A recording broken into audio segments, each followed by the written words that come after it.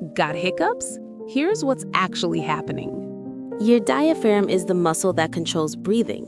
Normally, it contracts smoothly, but when something irritates it, eating too fast, carbonation, temperature changes, it spasms.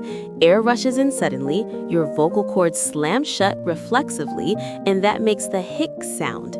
Now, here's how to stop them. To stop them, hold your breath and swallow 3 times, or pull your tongue for 10 seconds.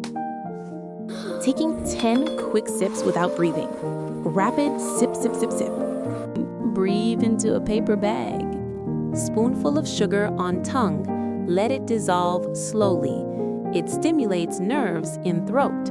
Old remedy that actually works. Pull your knees tight to the chest and hold for 20 to 30 seconds. If your hiccups last more than 48 hours, see a doctor. That could mean nerve irritation or another issue. If you like the video, give it a thumbs up and subscribe to the channel for more amazing content.